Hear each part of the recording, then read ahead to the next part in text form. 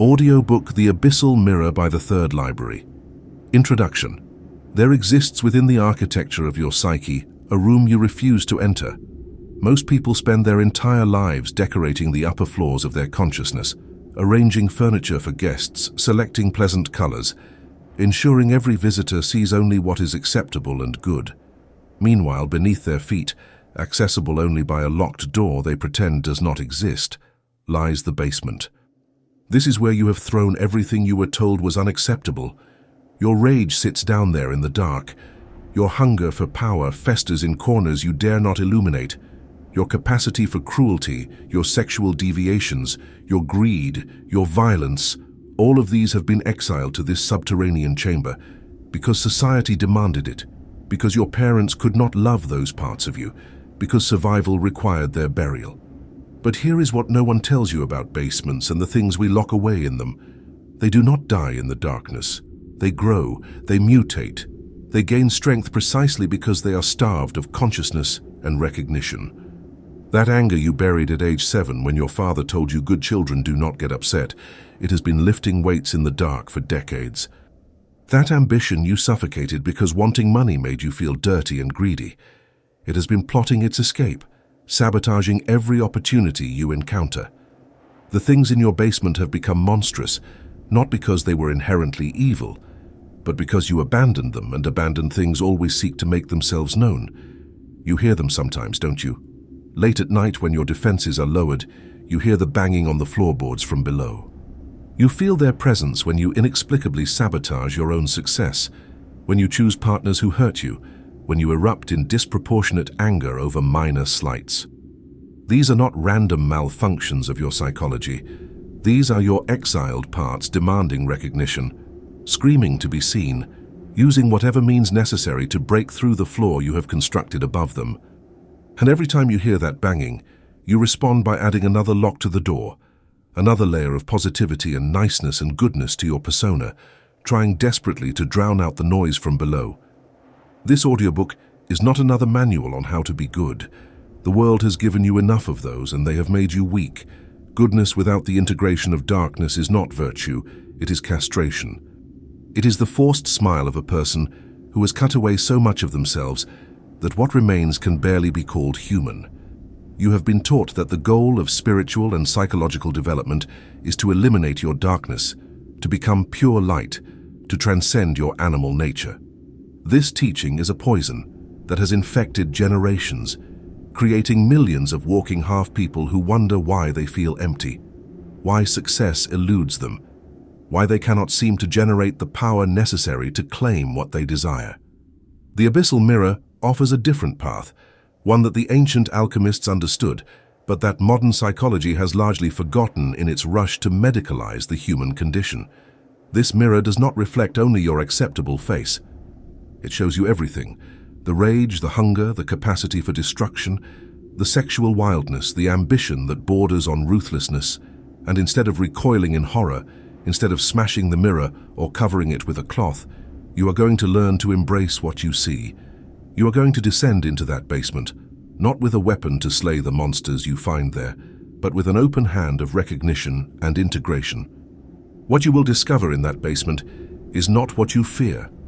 Yes, there are monsters down there, but they are your monsters, born from your own rejected power. The thing you have been calling your shadow, the repository of all traits you deemed unacceptable, contains within it the exact qualities you need to become formidable in this world. The greed you buried contains your capacity for ambition and wealth generation. The aggression you suppressed contains your ability to establish boundaries and pursue your goals with relentless drive. The arrogance you were shamed out of contains the seeds of genuine confidence and self-worth. By rejecting these qualities, you did not eliminate them. You merely ensured they would work against you rather than for you. The process detailed in this book is called shadow integration, and it is perhaps the most powerful psychological technology available to those who seek not just happiness, but power. This is not positive thinking. This is not affirmations or vision boards or any other surface-level technique, designed to make you feel better while changing nothing fundamental about your relationship with your own psyche.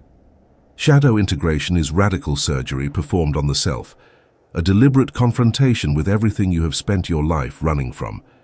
It requires courage that most people do not possess, because it demands you acknowledge that you are not and have never been the good person you pretended to be. The metaphor of the abyssal mirror comes from the alchemical tradition, which understood that the philosopher's stone, the substance that transmutes lead into gold, could only be found by descending into the darkest places. The abyss is not a place of evil, it is a place of totality. When you look into an abyssal mirror, you see not just your light or just your darkness, but the complete picture of what you are. And in that completeness lies a power that fragmented people who have disowned half of themselves, can never access. Wholeness is the prerequisite for genuine power. You cannot wield what you do not acknowledge you possess. Throughout human history, the individuals who shaped civilizations, who accumulated vast wealth, who commanded the respect and fear of their contemporaries, were not nice people. They were integrated people. They had access to the full spectrum of human capacity, including the darker shades that make gentle souls uncomfortable. They could be ruthless when ruthlessness served them. They could be charming when charm was needed. They could access their rage to fuel their ambition and their greed to drive their empire building. They did not apologize for their complexity or their edges. They understood, consciously or unconsciously, that a sword sharpened on only one side cannot cut. This book will teach you to open the basement door. You will learn the specific mechanisms by which the shadow is formed, how it operates in your life, and most critically, how to integrate it without being consumed by it. There is a danger here that must be acknowledged from the beginning. This work can go wrong. If you swing from repression to indulgence, if you let the shadow possess you rather than integrating it consciously, you will not become powerful. You will become destructive. The goal is not to be ruled by your darkness, but to have access to it, to make it an ally rather than an enemy or a master. You have lived as half a person for too long. You have smiled when you wanted to rage. You have given when you wanted to take. You have submitted when you wanted to dominate. And all of this self-mutilation has earned you what? A life of quiet desperation, perhaps. A sense that you are not living your real life, but merely performing a role for an audience that does not even exist. The world does not reward niceness, it rewards power, and power comes from wholeness. The person who has integrated their shadow, who has brought the monsters upstairs and made peace with them, walks through the world with a different gravity.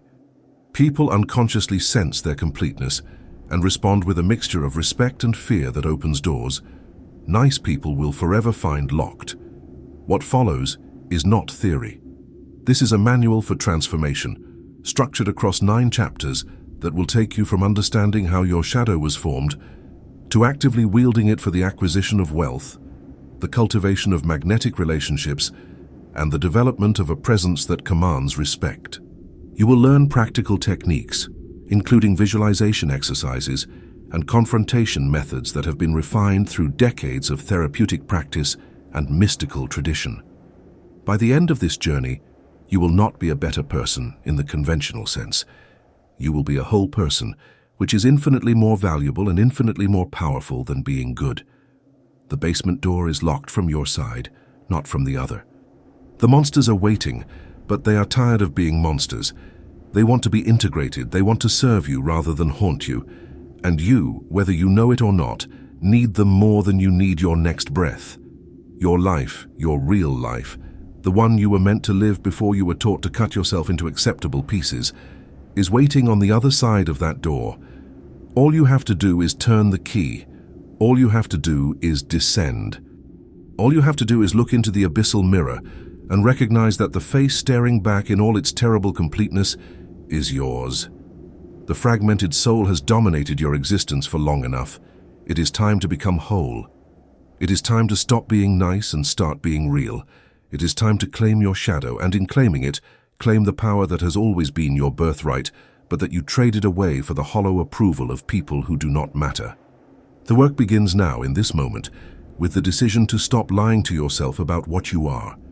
You are not just light. You are light and dark, creator and destroyer, saint and sinner.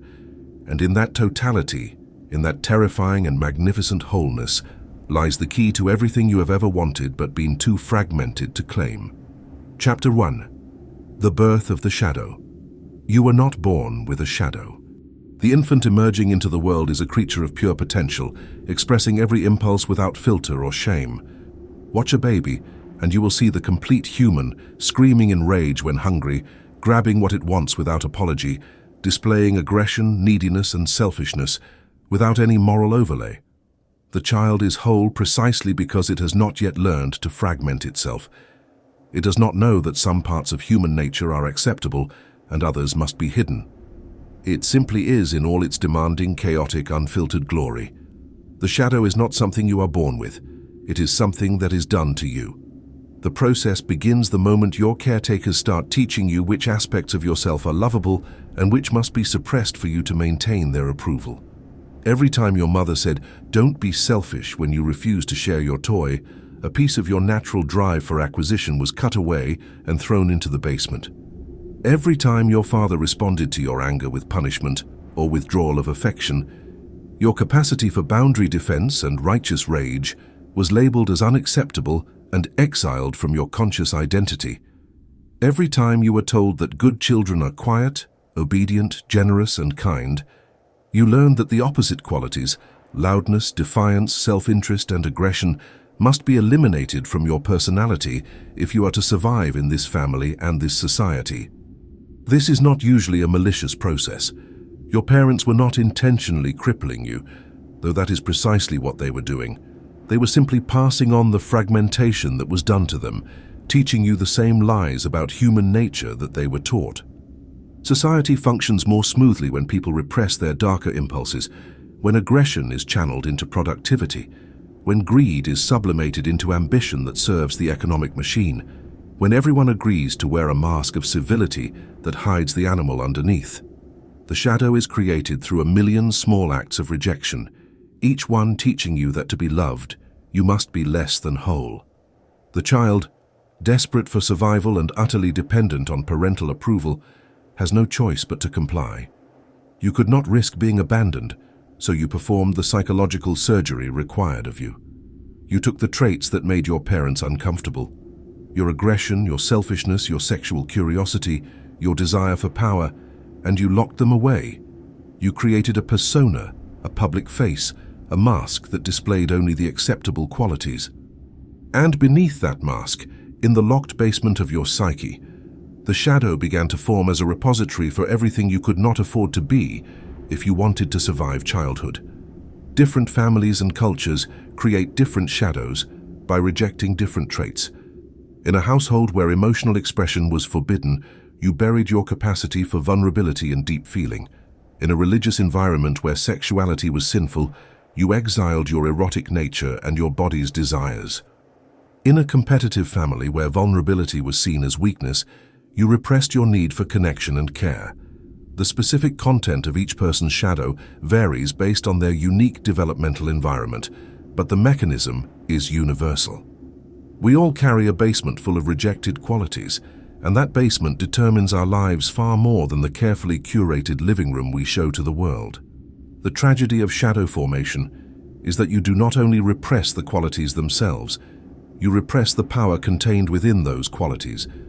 When you buried your greed to become a good person who does not care about money, you also buried your capacity for ambition, for drive, for the relentless pursuit of resources that is necessary for survival and prosperity. When you suppressed your anger to become a nice person who never makes waves, you also suppressed your ability to establish boundaries, to defend yourself, to say no when no is required. Every shadow trait carries within it a form of power, and by rejecting the trait, you rejected the power. The process intensifies during adolescence when peer groups and wider society become primary sources of identity formation. You learned quickly which versions of yourself earned acceptance and which led to rejection or mockery. The weird interests, the unconventional desires, the parts of you that did not fit the template of your social group, all of these were added to the shadow. By the time you reached adulthood, you had spent years meticulously crafting a persona that bore only a passing resemblance to your actual nature. You became an expert at sensing what others wanted from you and providing it, often before they even asked. and in doing so, you lost contact with your own authentic desires and impulses. What you call your personality is largely a defensive structure built from the remains of what you were allowed to be. The nice person identity that so many people wear is not a natural state. It is the result of systematic repression of every quality that might generate conflict or disapproval. You tell yourself that you are kind because you choose to be, but the truth is darker and more painful. You are kind because you are terrified of the consequences of being anything else. You are generous because you buried your selfishness so deep that you can no longer access it even when self-protection requires it. You are accommodating because you annihilated your capacity for assertion and boundary defense. The formation of the shadow also involves a moral dimension that makes integration particularly difficult. You did not just hide certain traits, you decided they were evil. You constructed an internal moral framework that labeled your shadow contents as bad, wrong, or sinful. This moral condemnation adds a layer of resistance to integration because acknowledging these traits means acknowledging that you contain evil, that you are not the purely good person you have constructed yourself to be. This is why shadow work is so challenging. It requires you to dismantle your entire moral self-concept and admit that you are far more complex and far less purely virtuous than you have spent your life pretending. Children are particularly adept at absorbing the unspoken emotional content of their environment. You learned what was acceptable not just from explicit rules, but from subtle emotional cues. The slight tightening of your mother's face when you displayed aggression, the withdrawal of warmth from your father when you expressed neediness, the uncomfortable silence that followed certain topics or behaviors.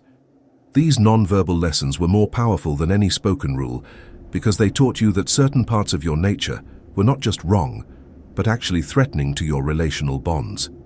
The shadow was formed in those moments of emotional disconnection, each one teaching you that wholeness was incompatible with love. The irony is that the qualities you most thoroughly repressed are often the ones you most desperately need in adulthood. The selfishness you buried because good children share everything is the same quality that would allow you to prioritize your own needs and goals instead of constantly sacrificing for others who do not appreciate it. The aggression you suppressed because anger was not allowed in your household is the same force that would enable you to compete effectively in career and business, to fight for what you deserve, instead of accepting whatever crumbs are offered. The arrogance you learned to hide because humility was valued is the seed of the confidence that would allow you to present yourself boldly and claim opportunities that go to those who believe in their own value. By the time you reached adulthood, the shadow had become fully autonomous, operating beneath your conscious awareness but profoundly influencing your behavior. It expresses itself in slips of the tongue, in self-sabotage, in the choice of partners who embody your rejected traits, in sudden outbursts of emotion that seem to come from nowhere. The shadow has its own intelligence and its own agenda, and because you refuse to acknowledge it, it works against you, undermining your conscious goals and ensuring that you remain fragmented and therefore weak. Every time you wonder why you keep repeating the same destructive patterns, why you cannot seem to break through to the next level of success or intimacy, the answer is likely found in the basement you refuse to enter. The nice person, the good person, the one who has most thoroughly repressed their shadow is not virtuous. They are castrated.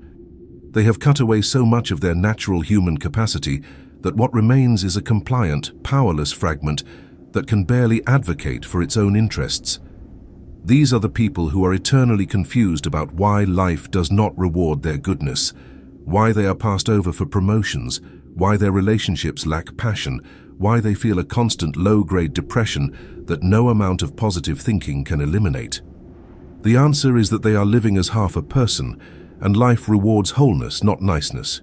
The birth of the shadow is not a one-time event, but a process that continues throughout early development, with each year adding new layers of repression and new exiled qualities. By adolescence, the architecture is firmly in place, a persona that faces the world and contains only acceptable traits, and a shadow that operates in darkness and contains everything that was rejected. This split is the fundamental wound of socialization, the price we pay for membership in civilization. But it is a price that has become too high because the civilization that demanded this fragmentation no longer protects or nurtures those who comply with its demands. You gave up your wholeness for safety, and the safety never came. Understanding how the shadow is formed is the first step toward integration, but understanding alone changes nothing. Knowledge of the mechanism by which you were fragmented does not automatically restore wholeness.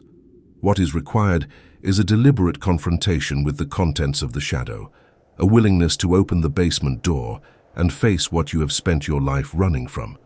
The birth of the shadow was not your choice, but its integration is. You can continue to live as a fragmented, castrated version of yourself, wondering why power and prosperity elude you, or you can begin the difficult work of reclaiming the parts you threw away. The choice, as always, is yours, but make no mistake, remaining fragmented is also a choice, and it is a choice that guarantees continued mediocrity.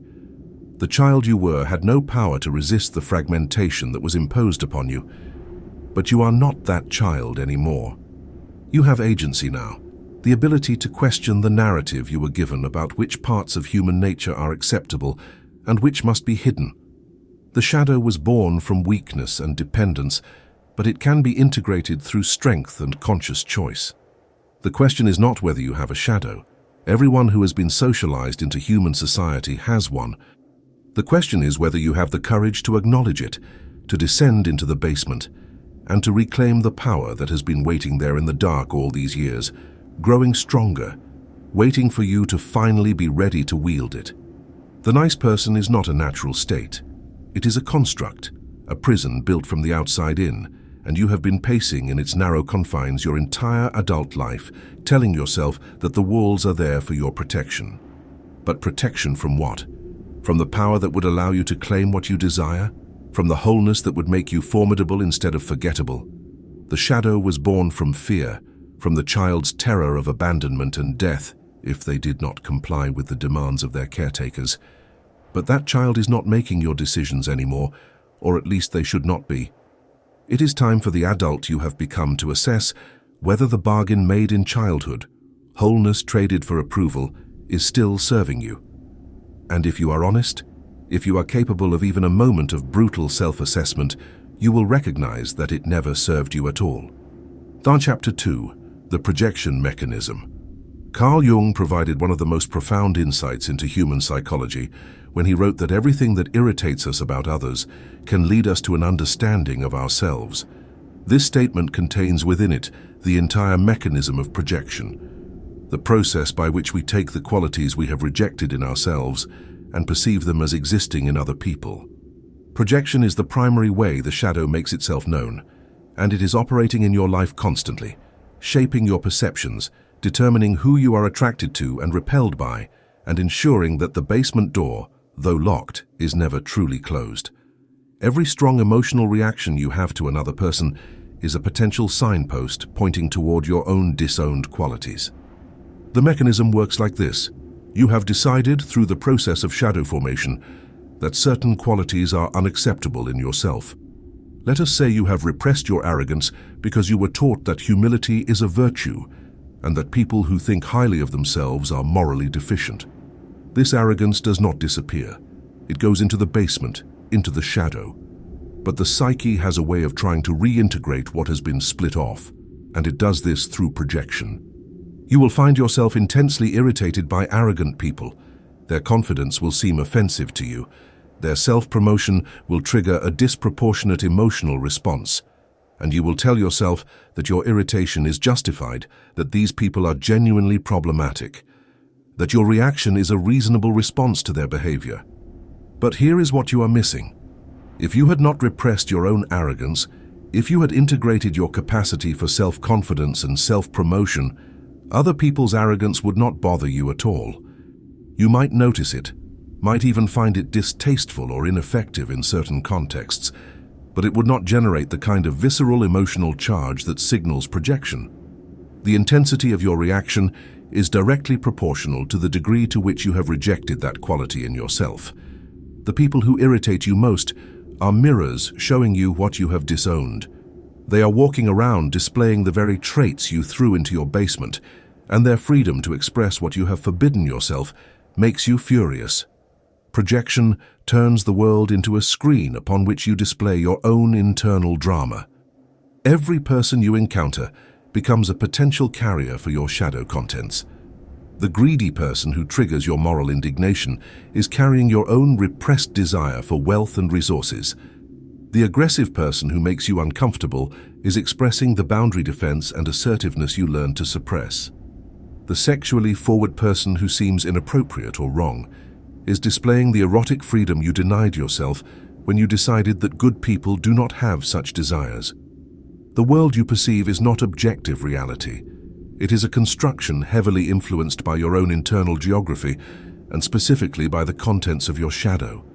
This mechanism explains why people are so confident in their moral judgments of others while remaining completely blind to their own parallel behaviors. The person who constantly criticizes others for being selfish is often profoundly self-centered, but has so thoroughly repressed this quality that they genuinely cannot see it in themselves. The individual who is outraged by others' dishonesty is frequently engaging in elaborate self-deceptions, but has projected their capacity for lying onto everyone around them. We are all hypocrites, not because we are morally deficient, but because projection makes it psychologically impossible to see in ourselves what we have decided is unacceptable. The shadow contents become the blind spot at the center of our vision. Romantic attraction is perhaps the most obvious example of projection in action. You are inevitably attracted to people who carry your shadow.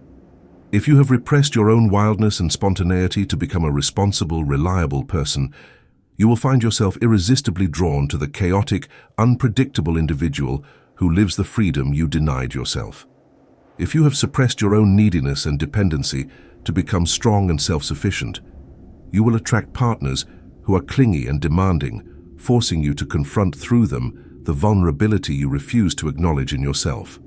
The initial attraction is intense, precisely because you are encountering a part of yourself that you have lost contact with, and the relationship inevitably becomes difficult when you start judging your partner for embodying the very qualities that attracted you in the first place.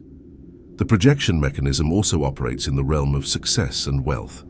If you have a visceral negative reaction to wealthy people, if you find yourself creating narratives about how they must be corrupt or immoral or lucky rather than deserving, you are likely projecting your own repressed desire for wealth and the guilt you associate with wanting money.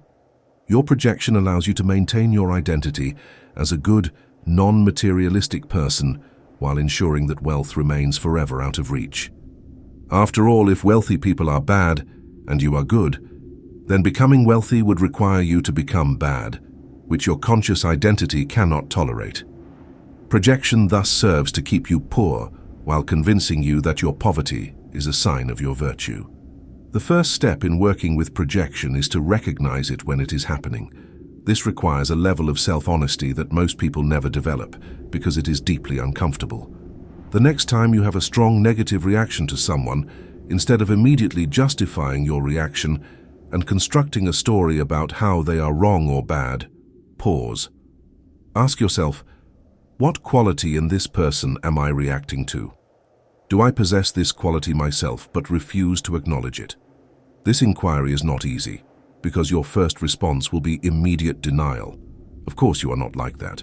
Of course your reaction is justified by their actual behavior. But if you can sit with the discomfort long enough, if you can resist the urge to externalize and justify, you will often find that the quality you are criticizing is indeed present in yourself, just hidden beneath layers of repression and moral condemnation. Taking back a projection is an act of psychological alchemy. It requires you to say, I am arrogant, I am selfish, I am aggressive, I am greedy, and to say these things without the moral judgment that usually accompanies such admissions.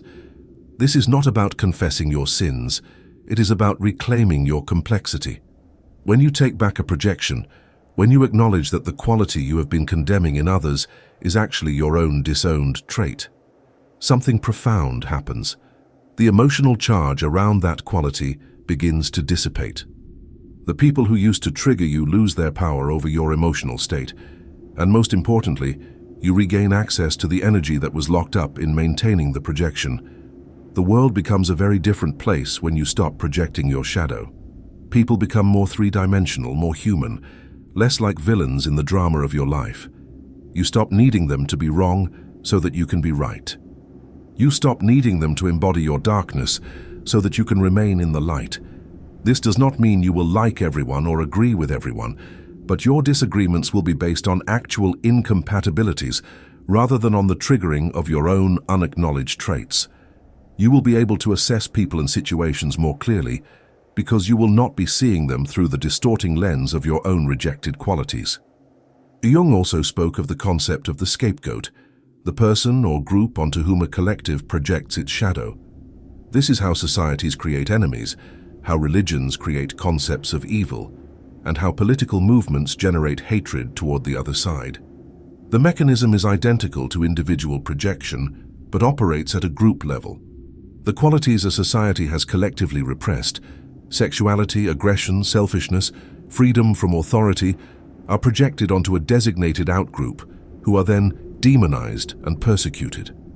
Understanding projection at the individual level helps you see through collective projection, making you less susceptible to manipulation by leaders who want to direct your shadow hatred toward their chosen enemies. Projection also explains the phenomenon of the type of person you keep attracting into your life. If you repeatedly find yourself in relationships with narcissists, if you keep encountering manipulative people, if certain patterns repeat across different contexts and different individuals, it is not bad luck. You are drawing these people to you because they are carrying something you need to integrate. The universe, or more accurately, your unconscious psyche, keeps presenting you with the same lesson, in different forms until you finally learn it, until you finally recognize that what you keep encountering outside yourself is actually an aspect of your own shadow demanding integration. The process of taking back projections can feel destabilizing because it requires you to dismantle the neat categories you have created. You can no longer divide the world into good people and bad people if you acknowledge that you contain both good and bad. You can no longer maintain your moral superiority if you recognize that the qualities you condemn in others are present in yourself. This is why most people never do this work. It threatens their entire identity structure. But for those who can tolerate the discomfort, for those who can sit with the reality of their own complexity, taking back projections is incredibly liberating. You stop being controlled by your shadow through its operation in projection, and you start to become whole.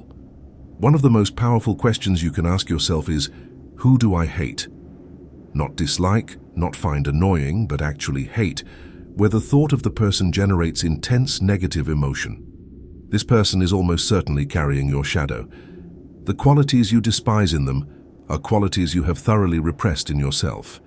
And if you can muster the courage to examine what specifically you hate about them, and then honestly assess whether you possess those qualities yourself, you will find gold. You will find that you are not as different from them as you want to believe. And in that recognition, in that collapse of the distance between you and the hated other, lies the possibility of integration. Projection is not a flaw in human psychology. It is a mechanism through which the psyche attempts to reintegrate what has been split off.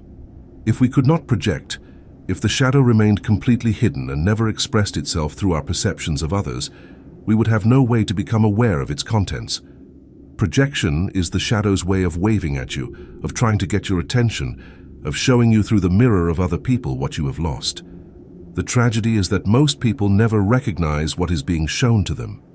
They spend their entire lives reacting to their projections, fighting with people who are essentially reflecting their own disowned qualities back to them, never realizing that the war is internal.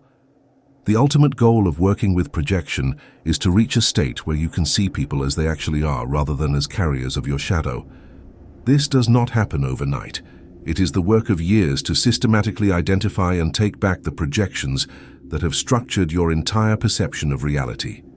But every projection you reclaim is a piece of your power returned to you.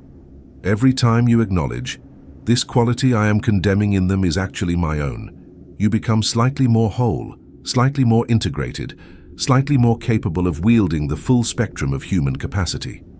You stop giving your power away to others by making them responsible for embodying what you refuse to acknowledge in yourself. In the end, The projection mechanism reveals a profound truth about human consciousness. We do not see the world as it is. We see the world as we are. Your perception is not a clear window onto objective reality, but a complex construction shaped by your desires, your fears, and most powerfully, by the contents of your shadow. Until you take back your projections, until you reclaim the qualities you have been perceiving in others, you will remain trapped in a hall of mirrors, forever reacting to your own reflection while believing you are encountering something external.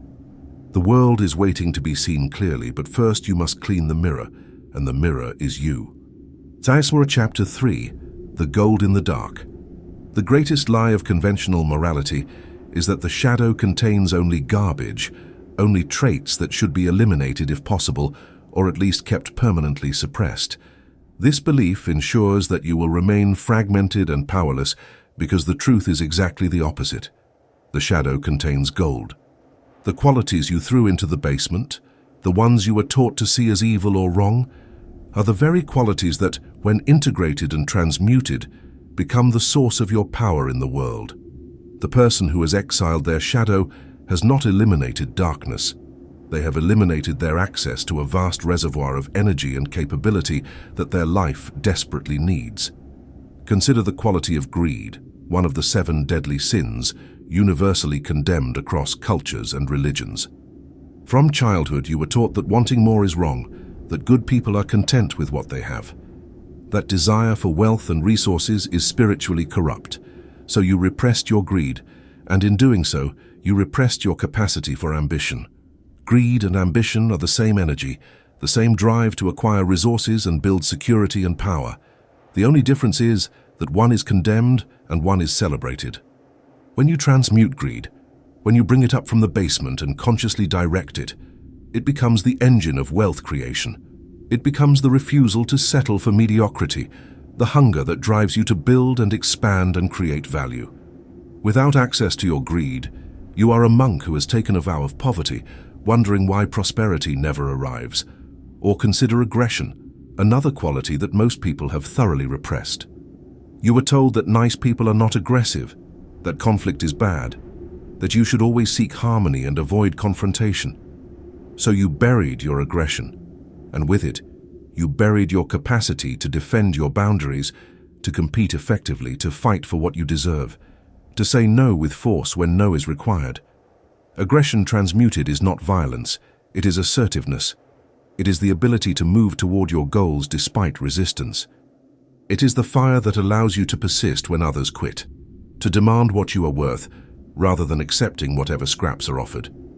The person without access to their aggression is a perpetual victim, forever being taken advantage of, forever confused about why the world walks all over them. Arrogance is perhaps the most misunderstood of the shadow qualities.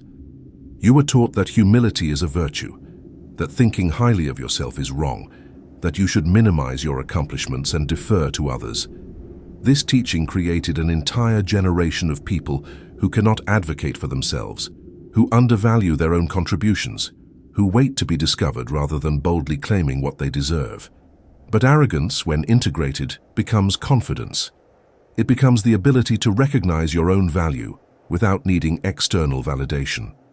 It becomes the capacity to present yourself boldly, to take up space, to believe that you belong in rooms where important decisions are made. Without access to your arrogance, you are forever waiting for permission that will never be granted. The principle at work here is that every quality exists on a spectrum, and what we call vice on one end is what we call virtue when properly calibrated and consciously wielded. Greed becomes ambition. Aggression becomes drive. Arrogance becomes confidence. Pride becomes self-respect. Lust becomes passion. Wrath becomes righteous anger and boundary defense. The shadow does not contain evil. It contains raw, untransmuted energy that becomes evil only when it operates unconsciously or is expressed in its most primitive form because it has never been brought into consciousness and refined. There is a concept, articulated well by Jordan Peterson, that is essential to understanding the gold in the shadow. A harmless man is not a good man. A good man is a dangerous man who has his danger under voluntary control. The person who has completely repressed their capacity for aggression, for ruthlessness, for strategic manipulation is not virtuous. They are harmless, which is to say, useless. They pose no threat, which means they also command no respect. True goodness requires the capacity for its opposite. A person can only be truly generous if they also have the capacity for selfishness and choose generosity. They can only be truly peaceful if they have the capacity for violence and choose peace. Without access to the darker capabilities, the light ones are not choices. They are the only options available to a castrated psyche. This principle applies directly to the acquisition of power and wealth. The people who accumulate significant resources in this world are not those who have successfully eliminated their greed and aggression. They are those who have integrated these qualities and learned to use them consciously and strategically. They want more, and they are not ashamed of wanting more. They can be ruthless when the situation requires it. They can compete without apologizing for competing. They have access to the full toolkit of human capability, including the darker tools that make nice people uncomfortable.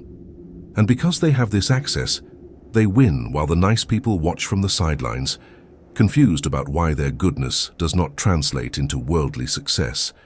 The shadow also contains your capacity for pleasure, for sensuality, for the uninhibited enjoyment of physical existence. If you were raised in a religious or puritanical environment, your erotic nature, your body's desires, your capacity for abandonment and ecstasy were all labeled as sinful and thrown into the basement. The integration of this aspect of shadow is essential for full aliveness. The person who has repressed their sexuality, who experiences their body as an enemy, who cannot let go into pleasure without guilt, is living in a prison of their own construction. Transmuting this energy does not mean becoming hedonistic or irresponsible. It means reclaiming your birthright as a sensual being who is allowed to enjoy the experience of embodiment. The gold in the dark also includes qualities like cunning, strategic thinking, and the ability to manipulate social situations to your advantage. These are qualities that are often condemned as Machiavellian or immoral, but they are simply tools. A hammer can build a house or crack a skull. The tool itself is neutral.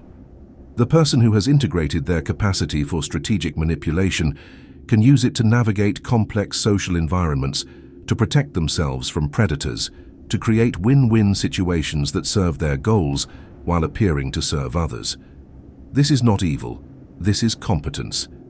And the refusal to develop these capacities because they seem morally questionable is simply another form of self-castration that guarantees you will be outmaneuvered by those who have no such qualms. The process of extracting gold from the shadow requires a fundamental reframing of these qualities. Instead of asking, is this trait good or bad? You must ask, what is this trait for? What purpose does it serve? How can it be used consciously to serve my goals and values? Greed is for resource acquisition. Aggression is for boundary defense and goal pursuit. Arrogance is for self-advocacy and confidence. Lust is for aliveness and connection. Wrath is for justice and the destruction of what threatens you. Every quality has a function, and when you understand the function, you can use the quality as a tool rather than being either possessed by it or cut off from it. There is also gold in your shadow, in the form of talents and abilities that you repressed because they did not fit the identity you were constructing. Perhaps you were naturally rebellious and creative, but your family valued conformity and practicality, so you buried your artistic impulses to fit in. Perhaps you were naturally intellectual and questioning, but your peer group valued physicality and social status, so you hid your intelligence to avoid being labeled a nerd. The shadow contains not just the dark qualities, but also the bright ones that were incompatible with your chosen persona. Reclaiming these is often easier emotionally, but no less important for wholeness. The metaphor of the alchemical gold is precise. The alchemists were not actually trying to turn lead into gold in the literal sense. They were describing the process of psychological transformation by which base material, the crude, unintegrated contents of the unconscious, is refined through awareness and work into something precious. Your shadow is the prima materia, the raw substance that must be worked with to produce the philosopher's stone. The stone is not a physical object. It is the integrated self, the person who has access to the full spectrum of human capacity and can wield it consciously. This is the gold, not wealth, not power in the external sense, but wholeness, which is the only real power there is. Practically speaking, the extraction of gold from shadow requires that you identify your most repressed qualities and then deliberately experiment with expressing them in controlled contexts. If you have repressed your aggression, you might need to practice saying no firmly, even when it makes others uncomfortable. If you have repressed your greed, you might need to practice asking for more money, for better conditions, for resources you desire without softening the ask with apologies or justifications. If you have repressed your arrogance, you might need to practice self-promotion, telling people about your accomplishments without downplaying them. These experiments will feel wrong at first because you are violating the internal rules that have governed your behavior for decades. But each experiment is a small act of integration, a retrieval of power from the basement. The person who has successfully integrated their shadow and extracted the gold does not look or act like what you might expect. They are not obviously dark or threatening. They are not cruel or visibly aggressive. Instead, they possess a kind of completeness, a grounded presence that comes from having access to the full range of human capacity. They can be gentle or fierce, generous or ruthless, vulnerable or armored, depending on what the situation requires. They are not locked into any single mode of being because they have integrated the opposites. This makes them unpredictable in a way that commands respect. People can sense unconsciously that they are dealing with someone who contains multitudes, and this sensing generates a kind of primal respect that nice, fragmented people never receive. The gold in the dark is waiting for you. It has always been waiting. Every quality you condemned and buried contains energy and capacity that your life needs. The greed you repressed is the ambition that could build your empire. The aggression you suppressed is the fire that could defend your boundaries and drive your success. The arrogance you learned to hide is the confidence that could carry you into rooms and opportunities you currently cannot access. The lust you made shameful is the passion that could bring full aliveness to your relationships and your embodied experience. All of this is yours. It has always been yours, but it is locked in the basement, and you have been living on the upper floors, wondering why you feel so empty, so powerless, so unable to generate the results you consciously desire. The answer is simple. You need the gold, and the gold is in the dark, and you are the only one who can descend to retrieve it. Chapter 4. Confronting the Beast. The theoretical understanding of the shadow, no matter how sophisticated, changes nothing without direct confrontation. Reading about your repressed qualities, understanding their origin, recognizing them in your projections, all of this is preliminary work. The real transformation begins when you open the basement door, when you deliberately engage with the contents you have spent your life avoiding. This chapter presents the primary technique for shadow integration, the active imagination meditation, a method for confronting the beast and discovering that the monster you feared is actually an ally waiting to be acknowledged. Find a space where you will not be disturbed. Sit comfortably but alert and close your eyes. The first step is to visualize the basement door. This is not a literal basement, but a symbol for the threshold between your conscious identity and the shadow. See the door clearly in your mind. Notice what it looks like. Is it heavy and reinforced? Is it old and wooden? Is there one lock or many? The appearance of the door will tell you something about how much energy you have invested in keeping the shadow contained. Do not judge what you see, simply observe it. Now, with your inner eye on this door, acknowledge your fear, because there is fear, even if you have intellectually understood that the shadow contains gold. There is a primal resistance to opening this door, a sense that what lies beyond it might destroy you, or prove that you are not who you thought you were. This fear is valid and should be respected, but it should not stop you. Say to yourself, either aloud or internally, I am ready to see what I have hidden. I am ready to meet what I have rejected. This declaration of readiness is essential because it signals to your unconscious that you are approaching as a conscious adult, not as the terrified child who originally created the split. Open the door. See yourself, in your visualization, reaching for the handle and pulling the door open. The basement beyond may appear dark initially. Do not force anything to appear. Simply hold the intention of seeing what is there, and wait. What emerges will be unique to you, shaped by the specific contents of your shadow.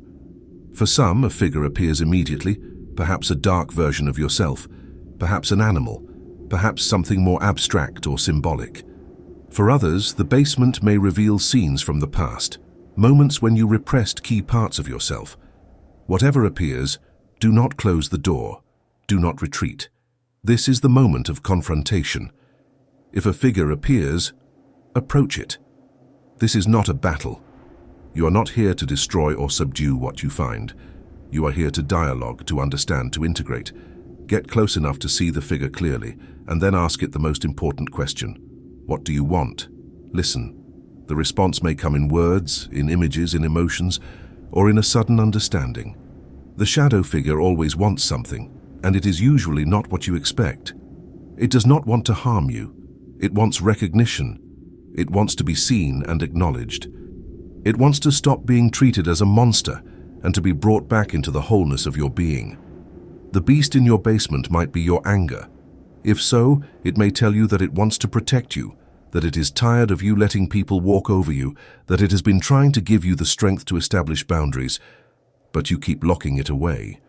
If the beast is your greed, it may tell you that it wants security for you, that it is tired of watching you struggle financially because you are too ashamed to admit you want wealth. If the beast is your sexuality, it may tell you that it wants you to feel alive, to stop treating your body as an enemy, to experience pleasure without guilt. Whatever the message, receive it without judgment. The next step is to acknowledge the figure. Say, I see you. You are part of me.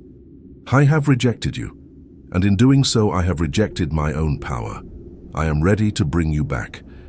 This acknowledgement is crucial. The shadow has been exiled, treated as an enemy, locked away because you decided it was unacceptable. The act of acknowledging it, of claiming it as your own, begins the process of integration. You will likely feel resistance to this acknowledgement, a voice that says, "But I am not like that. I am not greedy, angry, arrogant, sexual." This voice is your persona, your constructed identity, fighting to maintain its purity. Ignore it. The acknowledgement must be made. Watch what happens to the figure when you acknowledge it. In many cases, the monstrous appearance begins to shift. The angry beast might transform into a protector or a warrior. The greedy figure might transform into an ambitious entrepreneur. The sexual shadow might transform into a passionate lover. This transformation is not accidental. It represents the transmutation of raw shadow material into integrated capacity. The quality does not change in its essence, but it changes in how it appears to you once you stop rejecting it and start seeing its function and potential value. The dialogue can continue. You can ask the figure, "How can I work with you? How can I bring you into my life in a way that serves me?" The answers to these questions provide practical guidance for integration. Your anger might tell you to practice saying no, to stop people-pleasing, to defend your time and energy. Your greed might tell you to pursue the business idea you have been suppressing, to negotiate harder, to stop apologizing for wanting financial success. Your arrogance might tell you to apply for the position you think you are not qualified for, to promote yourself more boldly, to stop hiding your accomplishments. These are not instructions from some external entity. They are insights from parts of yourself that have been trying to get your attention for years. After the dialogue, thank the figure. This may seem strange, thanking your own shadow, but gratitude is a powerful integrative force. Say thank you for being here. Thank you for your strength. Thank you for waiting for me to be ready to see you. Then, visualize bringing the figure with you as you walk back up the stairs, out of the basement. See yourself closing the door behind you, but now the door is not locked. The figure is no longer imprisoned below. It is with you, available when you need its particular form of power, but not possessing you, not acting out in unconscious ways because it has been acknowledged and integrated. This meditation should be repeated regularly, perhaps weekly at first, because the shadow is not a single entity, but a collection of repressed traits and energies. Each session may reveal different contents. One time you may confront your aggression, the next your sexuality, the next your capacity for manipulation or cunning.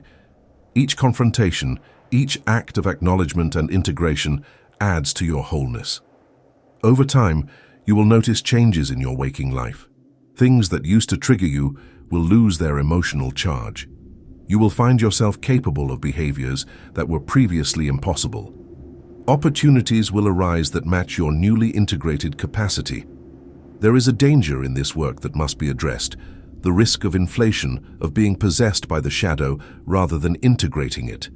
If you open the basement door and then identify completely with what you find, you swing from repression to indulgence. The person who has repressed their anger and then suddenly gives themselves permission to be angry all the time has not integrated. They have simply traded one imbalance for another. Integration is not about becoming your shadow. It is about having access to it, being able to use its energy consciously when appropriate, while still being able to choose other responses when they serve you better. The integration process is gradual.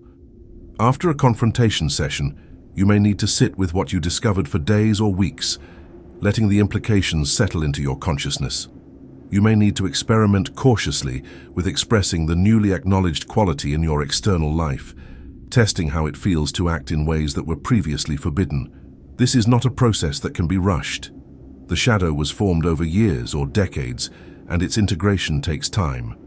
But every step toward wholeness, every acknowledgement of a previously rejected part, every small experiment with new behaviors moves you closer to the integrated state where real power becomes accessible. Some people find it helpful to journal after these confrontation sessions, recording what they saw, what was said, what insights emerged. The act of writing concretizes the experience and makes it less likely that you will forget or dismiss what you learned. The shadow, even after being confronted, can slip back into unconsciousness if you do not actively work to maintain the integration. Regular sessions, regular acknowledgement, regular practice of expressing the integrated qualities, all of these are necessary to make the changes permanent. The beast in your basement is not your enemy. It never was. It is the guardian of your power, the keeper of capacities you need, the holder of energy that has been locked away and turned against you. When you confront it with courage and acknowledgement, rather than fear and rejection, it transforms from monster to ally. This is not poetry or metaphor. It is a precise description of what happens in the psyche when repressed contents are brought into consciousness and integrated. The energy that was being used to maintain the repression, the energy that was being expressed in self-sabotage and projection, becomes available for conscious use. You become more than you were. You become, for the first time perhaps, actually whole. The confrontation with the beast is not a one-time event, but an ongoing practice. As you grow, and as your life circumstances change, different aspects of your shadow will become relevant and will need to be integrated. The basement door should never be locked again. Instead, you should have free access to move between the upper floors of your conscious identity and the lower levels where your rejected power resides. The truly integrated person is not someone who has eliminated their shadow, but someone who has a conscious relationship with it, who can descend when necessary to retrieve the particular quality or energy the situation demands, and who can do this without being possessed or controlled by what they retrieve. This is mastery. This is wholeness. This is the goal of the work. Chapter 5. The Integrated Ego. When you successfully integrate your shadow, you do not become a different person. You become a complete person. The change is not in the addition of new traits, but in the accessibility of traits that were always yours, but locked away. This chapter examines the characteristics of the integrated ego, the self that has reconciled the split between persona and shadow, and now operates from wholeness. This is not an idealized state free from conflict or challenge. It is a state of having all your capacities available, which paradoxically makes life both more complex and more powerful. The most immediate change you will notice after shadow integration is the loss of the compulsion to please others. The nice person, the one operating from a fragmented ego that has disowned its darker traits, is constantly monitoring others for approval or disapproval. Their behavior is reactive, shaped by what they think others want from them. This is not generosity or kindness. It is people-pleasing, driven by the terror of rejection.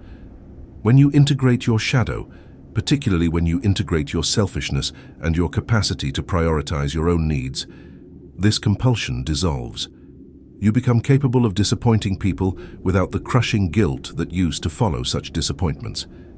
You can say no clearly and finally, without the endless internal negotiation about whether you should make an exception.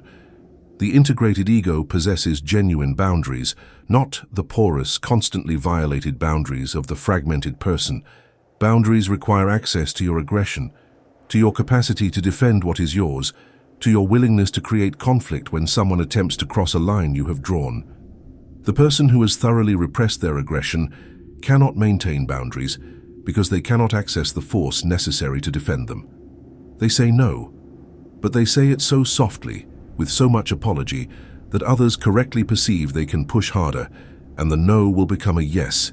The integrated person says no with their entire being, and there is no ambiguity, no room for negotiation when negotiation is not what they want. This creates a different experience of relationships, one where others learn quickly where the lines are and stop trying to cross them. Another characteristic of the integrated ego is the loss of moral superiority. When you acknowledge your own greed, aggression, lust, and capacity for cruelty, you can no longer position yourself as morally pure or better than others.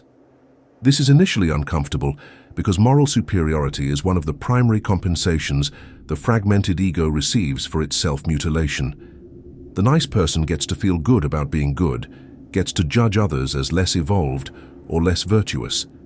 Integration removes this compensation. You see yourself as neither better nor worse than others, simply as more honest about the full range of human capacity you contain. This loss of moral superiority paradoxically makes you more effective because you are no longer wasting energy, maintaining a pretense of purity. The integrated ego is also characterized by a quality that can be described as presence or gravitas. This is difficult to quantify but unmistakable when encountered. The fragmented person, operating from only a slice of their total capacity, has a kind of thinness or transparency to them. They are easy to overlook, easy to dismiss, easy to manipulate because they themselves are not fully present, not fully inhabiting their own being. The integrated person, having reclaimed their rejected parts, has substance. They take up space in a way that commands attention and respect. People respond to them differently, often unconsciously, sensing that they are encountering someone whole, someone who contains depth and complexity.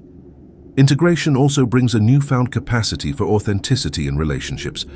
The fragmented person is always performing, always showing the acceptable face, always hiding the parts they fear will lead to rejection. This makes genuine intimacy impossible because the other person is relating to a mask, not to a complete human. When you integrate your shadow, when you stop hiding your anger, your jealousy, your neediness, your darker impulses, you become capable of being fully seen. And being fully seen, including your shadow, is the only way to be fully loved. The person who loves only your persona does not love you, they love your performance. True intimacy requires that you risk showing all of it and finding that you are accepted anyway. The integrated ego also experiences a form of freedom that the fragmented person cannot comprehend. When you're no longer spending enormous energy repressing parts of yourself, when you are no longer in constant fear that your shadow will escape and reveal you as not good, you have access to vastly more energy for actually living your life. The repression of the shadow is exhausting, a constant vigilance and internal policing that drains resources. Integration lifts this burden. You still make conscious choices about when and how to express various aspects of yourself, but these choices are no longer driven by fear of what others will think. They are strategic decisions based on effectiveness and your own values. Another significant shift is in how you handle conflict. The fragmented person, having repressed their aggression and their capacity for confrontation, either avoids conflict entirely, which leads to being walked over, or explodes inappropriately when repressed anger finally breaks through. Neither response is effective. The integrated person can engage in conflict consciously and proportionally. They can be aggressive when aggression serves them. They can escalate when escalation is needed. But they can also de-escalate, compromise, or walk away, depending on what the situation requires. They have options, and options are power. The integrated ego is not naive about human nature. The fragmented person often maintains a kind of willful innocence about the darkness in others, perhaps because acknowledging it would force them to acknowledge their own. The integrated person, having confronted their own capacity for manipulation, cruelty, and selfishness, can recognize these qualities in others without shock or moral outrage. This makes them far harder to manipulate because they are not operating from the assumption that others are fundamentally good or trustworthy. They assess people based on behavior and demonstrated character, not on hopeful projections or the need to believe in universal human goodness.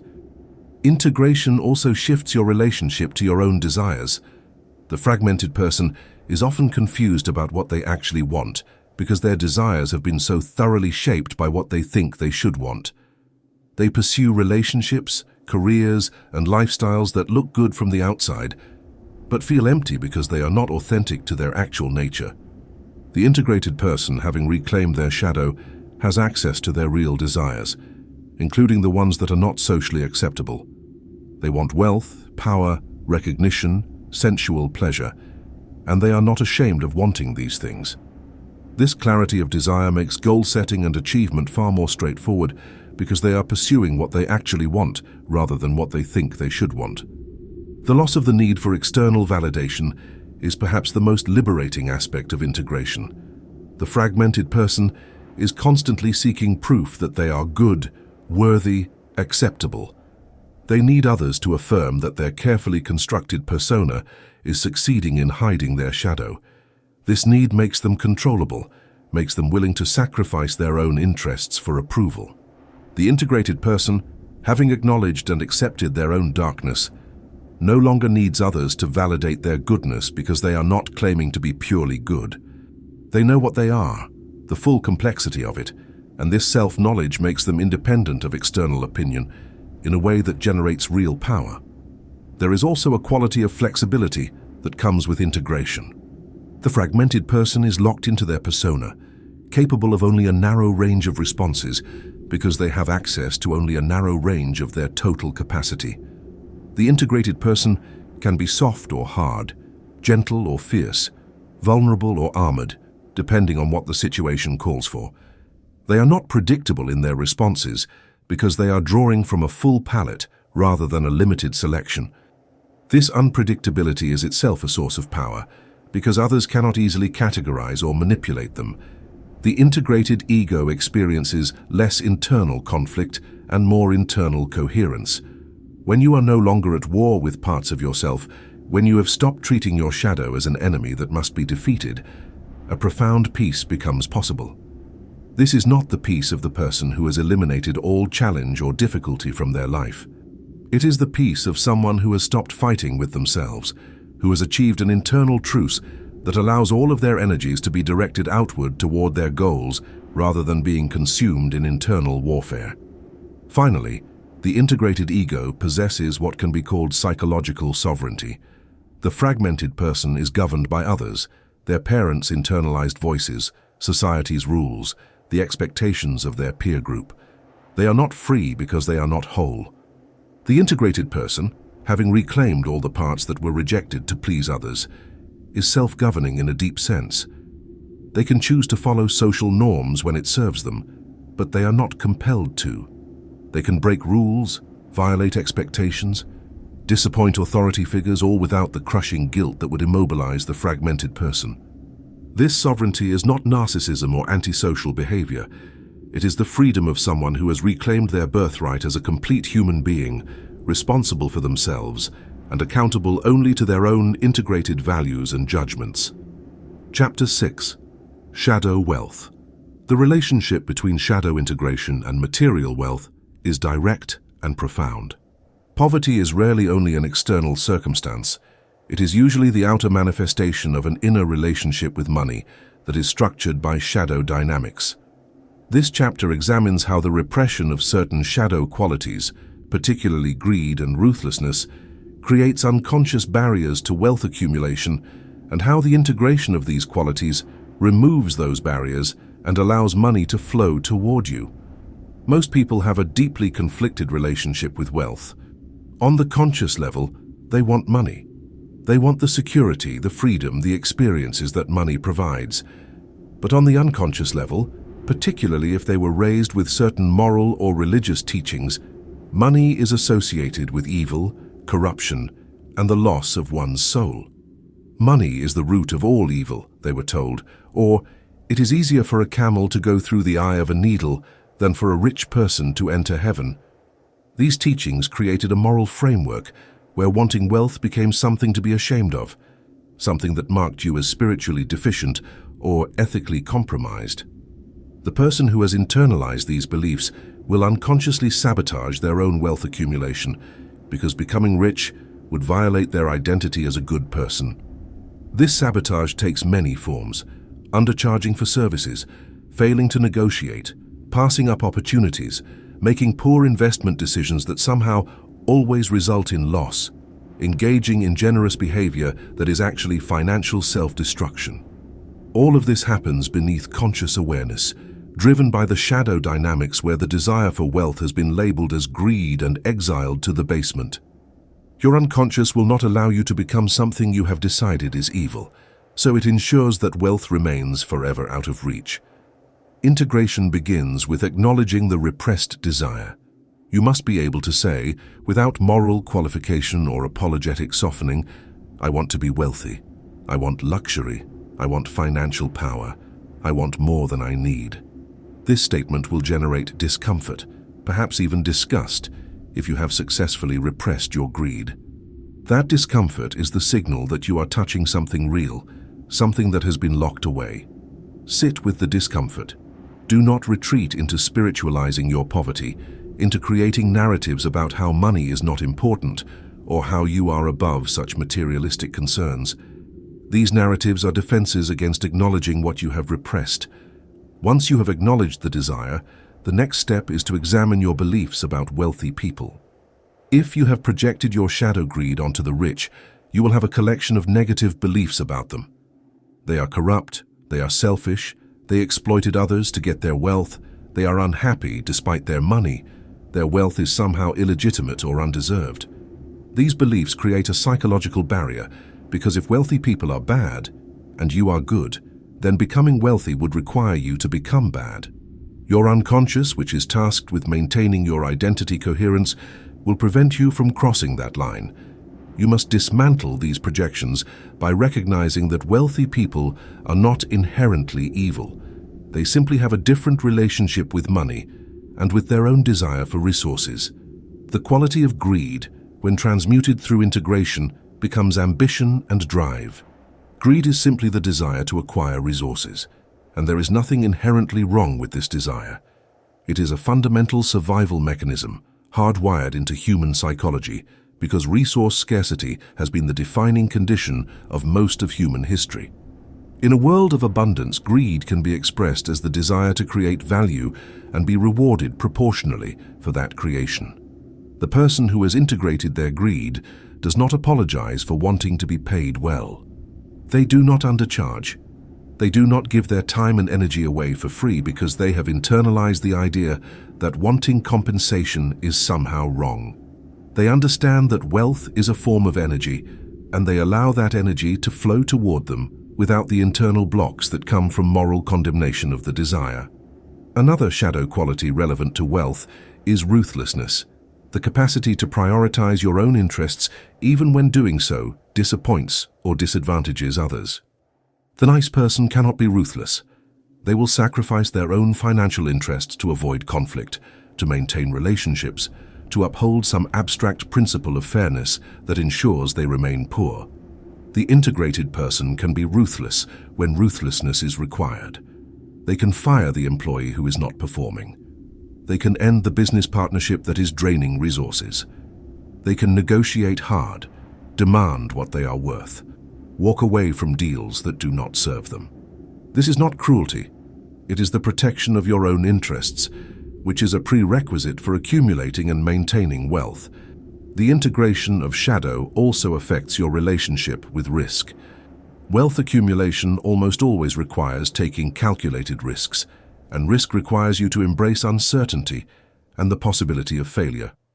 The fragmented person who has built their identity on being good and right often cannot tolerate failure because it threatens their self-concept.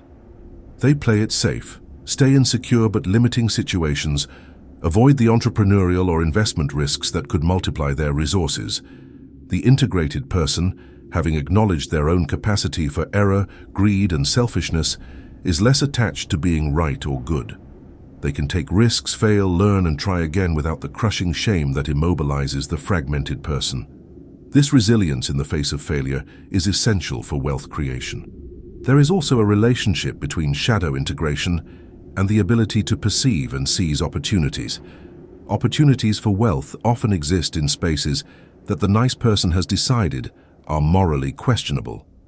They might involve aggressive marketing, hard negotiation, exploitation of market inefficiencies, or participation in industries that are stigmatized. The integrated person, who has moved beyond simplistic moral categorization, can see these opportunities clearly and can participate in them without the internal conflict that would sabotage the fragmented person. They understand that wealth creation is morally neutral. It is a game with rules, and playing the game effectively does not make you evil. The practice of integration for wealth requires that you examine every belief and behavior related to money through the lens of shadow dynamics. When you find yourself undercharging, ask yourself, am I doing this because it is genuinely the right price, or am I afraid that charging what I am worth would make me greedy? When you find yourself being overly generous, ask, is this true generosity, or am I trying to prove that I am not selfish? When you avoid pursuing a lucrative opportunity, ask, is this because it does not align with my values, or because I am afraid of what becoming wealthy would mean for my identity? These questions reveal the shadow dynamics at work, and awareness is the first step toward dismantling them. Integration also requires that you develop a conscious relationship with the qualities you have repressed. Greed, ruthlessness, and the desire for dominance are not qualities you indulge unconsciously. They are tools you learn to wield consciously and strategically. You are greedy in negotiations, fighting for every dollar, because you have decided your goal is wealth maximization in this context. You are ruthless in protecting your time and energy, saying no to demands that would drain your resources. You are ambitious in setting large goals that stretch beyond what seems reasonable, but you are doing all of this consciously, from a place of integration, not from unconscious possession by the shadow. The person who successfully integrates their shadow around wealth often experiences a dramatic shift in their financial circumstances, not because the external world has changed, but because they have removed the internal blocks that were preventing wealth from flowing to them. They start charging appropriately for their services. They pursue opportunities they would have previously rejected as too aggressive or too risky. They negotiate effectively instead of accepting the first offer. They protect their financial interests instead of sacrificing them to maintain relationships or uphold abstract principles. And wealth responds to this shift, flowing toward the person who is no longer unconsciously pushing it away. There is a profound connection between wholeness and wealth that ancient wisdom traditions understood, but modern culture has largely forgotten. The person who has integrated their shadow, who has made peace with their own greed and ambition and ruthlessness, generates a kind of magnetic field that attracts resources. This is not magical thinking. It is the natural result of removing unconscious barriers and aligning your conscious and unconscious minds toward the same goal. When you are no longer at war with yourself over wanting money, when you have stopped trying to prove you are above such material concerns, when you have integrated the qualities necessary for wealth accumulation, money finds its way to you through channels you could not have predicted or engineered consciously. The integration of shadow does not guarantee wealth in some mechanical sense. External factors, timing, market conditions, and luck all play roles in financial outcomes. But integration removes the internal barriers that prevent you from capitalizing on opportunities when they arise. It removes the self-sabotage that has been operating beneath your awareness, ensuring that even when money comes, you find a way to lose it or give it away. It gives you access to the full range of capacities, including the darker ones that wealth accumulation requires. And in doing so, it dramatically shifts the probabilities in your favor, moving you from the category of people who struggle financially despite their efforts to the category of people for whom wealth seems to accumulate almost effortlessly. Chapter 7. Shadow Relationships. The integration of shadow transforms every relationship in your life, but nowhere is the impact more profound than in romantic and intimate partnerships. The nice person, operating from fragmentation, brings only their acceptable qualities into relationship. They show their kindness, their agreeableness, their willingness to accommodate and please. What they do not show is their anger, their neediness, their jealousy, their desire to control, their sexual fantasies, their resentments. They present half a person and wonder why the relationships they form feel shallow, why passion fades, why they keep attracting partners who eventually lose interest or respect for them. Romantic attraction requires polarity, requires tension, requires the encounter between two complete beings who bring their edges and their darkness along with their light. If you present only your soft, agreeable, endlessly accommodating persona, you create no friction, no spark, no genuine intrigue. You become safe and boring, which might earn you affection and companionship, but will never generate the kind of desire and respect that sustain long-term passion. The person who has integrated their shadow brings their complexity, their contradictions, their capacity for both gentleness and fierceness. This complexity is magnetic because it signals that you are a complete human, not a carefully managed performance designed to be inoffensive. One of the first casualties of shadow integration in relationships is the compulsive people-pleasing that characterizes the fragmented person's relational style. You will stop asking, "What do they want?" as your primary orientation, and start asking, "What do I want?"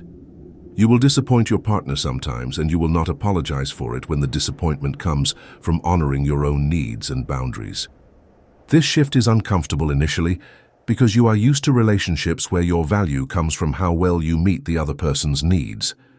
But the new pattern creates a different kind of relationship, one based on two whole people choosing to be together, rather than one person disappearing into service of the other. Integration also means bringing your anger into relationship consciously. The fragmented person either suppresses anger completely, leading to passive aggression and resentment, or explodes inappropriately when repressed anger finally breaks through. Neither pattern creates healthy relational dynamics. The integrated person can express anger directly and proportionally when anger is the appropriate response to a boundary violation or betrayal. They can fight when fighting is necessary, and they can fight cleanly without the accumulated rage of years of suppression distorting the conflict. This capacity for healthy conflict is essential for long-term relationships because conflict is inevitable between any two humans, and the ability to navigate it effectively determines whether the relationship grows or dies. Sexual intimacy deepens dramatically with shadow integration because sexuality is one of the primary domains where shadow material lives. The person who has repressed their sexual desires, who has made their fantasies shameful, who cannot ask for what they want because wanting it seems wrong, will never experience full sexual aliveness. They perform a sanitized version of sexuality that meets some minimum requirement of connection, but lacks the raw, primal energy that comes from integrating your erotic shadow. When you can bring your full sexual nature into relationship, when you can articulate your desires without shame, when you can be vulnerable about what arouses you even if it is not conventionally acceptable, sexuality becomes a vehicle for profound intimacy and sustained passion. Jealousy is another shadow emotion that must be integrated for relationship health. The nice person denies their jealousy, pretends they are secure and trusting when they are actually consumed by jealous fantasies. This denial does not eliminate the jealousy. It simply ensures it will be expressed sideways, through control disguised as concern, through passive-aggressive comments, through the gradual erosion of trust. The integrated person can acknowledge jealousy without being controlled by it. They can say, "I feel jealous when you do this." And that acknowledgement, that honesty, creates the possibility of addressing the underlying insecurity rather than having it poison the relationship from the shadows. The integration of your needy, dependent shadow is particularly important. Modern culture valorizes independence and self-sufficiency, particularly in men, and condemns neediness as weakness. So people repress their dependency needs, pretending they do not need anyone, maintaining an emotional distance that feels safe but prevents deep bonding. The integrated person can acknowledge their neediness, can ask for reassurance and comfort and support, can be vulnerable about their dependency without drowning the other person in it. This vulnerability creates intimacy because it allows the other person to see you fully, not just the strong, independent parts, but also the parts that need care and connection. Shadow integration also transforms whom you are attracted to and why. The fragmented person is often attracted to partners who embody their shadow, who live out the qualities they have repressed. If you have suppressed your wildness and spontaneity, you will be drawn to the chaotic, unpredictable person. If you have repressed your vulnerability, you will attract someone who is emotionally needy. This attraction is the psyche's attempt to reintegrate what has been split off, but it leads to difficult relationships because you are essentially using your partner as a container for your shadow, and this eventually generates resentment on both sides. When you integrate your shadow, these projective attractions lose their power. You are attracted to people based on actual compatibility and shared values rather than unconscious shadow dynamics. The integrated person also loses the need for their partner to complete them. The fragmented person is looking for someone to provide what they have cut away from themselves: strength if they have repressed their aggression, softness if they have repressed their vulnerability, adventure if they have repressed their wildness. This creates a dynamic where you need the other person to be a certain way for you to feel whole, and this need becomes a prison for both of you. When you integrate your shadow, when you reclaim your own strength, softness, and wildness, you stop needing your partner to provide these qualities. You want them, you choose them, but you do not need them to be whole. This shift from need to choice is the foundation of mature love. Conflict in integrated relationships looks different from conflict in fragmented ones. The fragmented person brings years of repressed resentment into every disagreement, or they avoid conflict entirely and let issues fester. The integrated person can engage in conflict as it arises, can express their anger or disappointment directly, can negotiate and compromise without losing themselves in the process. They can also take responsibility for their shadow projections when they recognize them. They can say, "I accused you of being selfish, but I think I'm actually angry at myself for not prioritizing my own needs." This level of psychological sophistication in conflict creates relationships that grow stronger through challenges rather than being broken by them. Integration also allows for the expression of what Jung called the contrasexual aspects of the psyche, the anima in men and the animus in women. Every person contains both masculine and feminine energies, but these are often repressed based on gender socialization. Men suppress their vulnerability, their emotional depth, their receptivity. Women suppress their aggression, their ambition, their penetrating analytical capacity. When you integrate these contrasexual aspects, you become capable of a fuller range of relational expression. You can be both strong and vulnerable, both assertive and receptive, both logical and emotional, depending on what the relational moment calls for. The practice of shadow integration in relationships requires that you use your partner's triggers as information about your own shadow. When something your partner does generates a disproportionate emotional reaction in you, instead of immediately blaming them, pause and ask, "What is this showing me about myself? What quality in them am I reacting to because I have repressed it in myself?" This inquiry transforms conflicts from battles about who is right or wrong into opportunities for self-discovery and integration. Your partner becomes a mirror for your shadow, and if you can use this mirror wisely, the relationship becomes a vehicle for psychological growth. The ultimate goal of shadow integration in relationships is not to create conflict-free partnerships or to find the perfect person who never triggers you. It is to create relationships between two whole people who can bring their complete selves, light and dark, and be accepted. This creates an intimacy that the fragmented person can never experience because they are always hiding, always managing, always afraid that if their shadow is seen, they will be rejected. The integrated person takes the risk of being fully seen, and in doing so creates the possibility of being fully loved. And being fully loved, including your shadow, is one of the greatest experiences human life can offer. So, Chapter 8. The Danger of Possession. Shadow integration is not the same as shadow indulgence.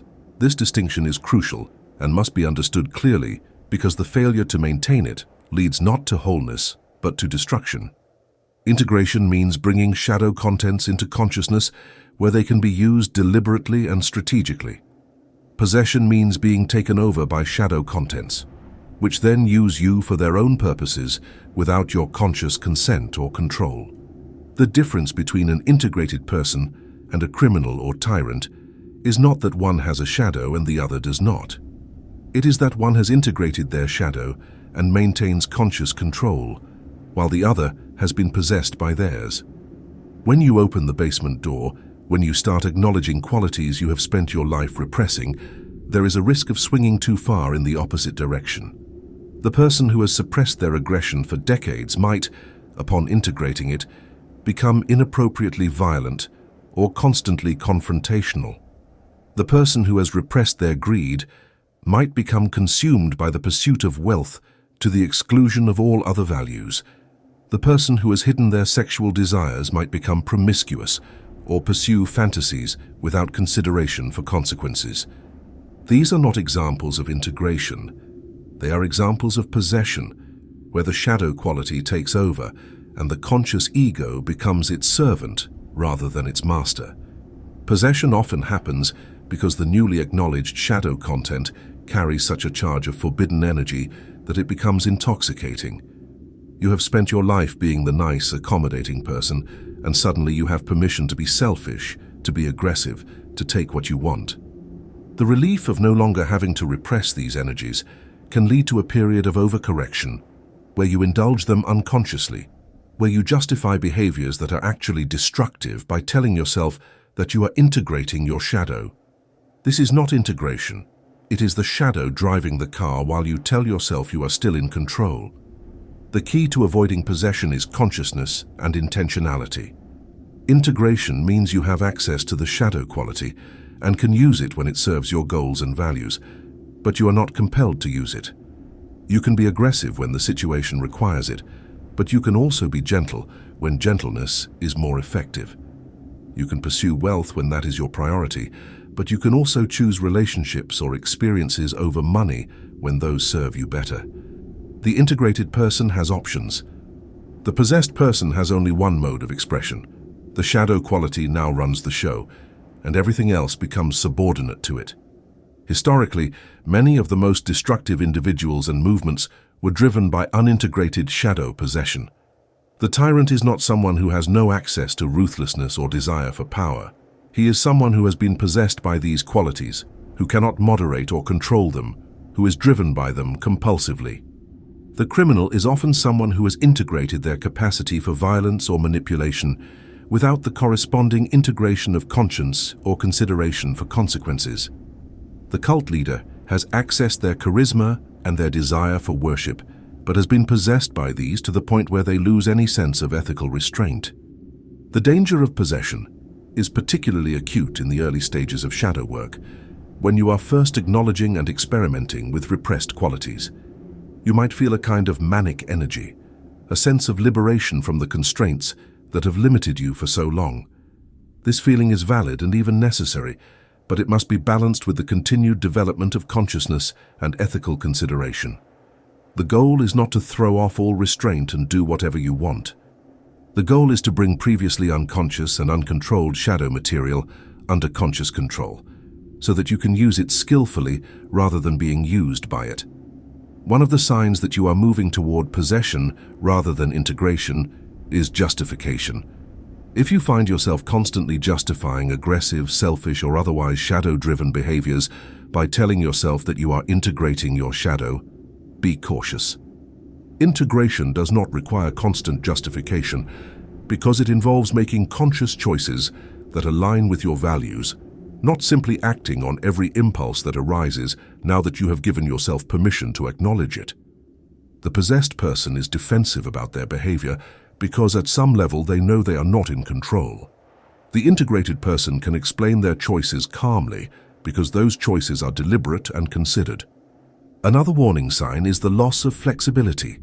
If you find that you can only be aggressive, only pursue self-interest, only express the newly acknowledged shadow quality, you are not integrated. You have simply traded one prison for another. The fragmented person is locked into their persona, capable of only nice, accommodating behavior.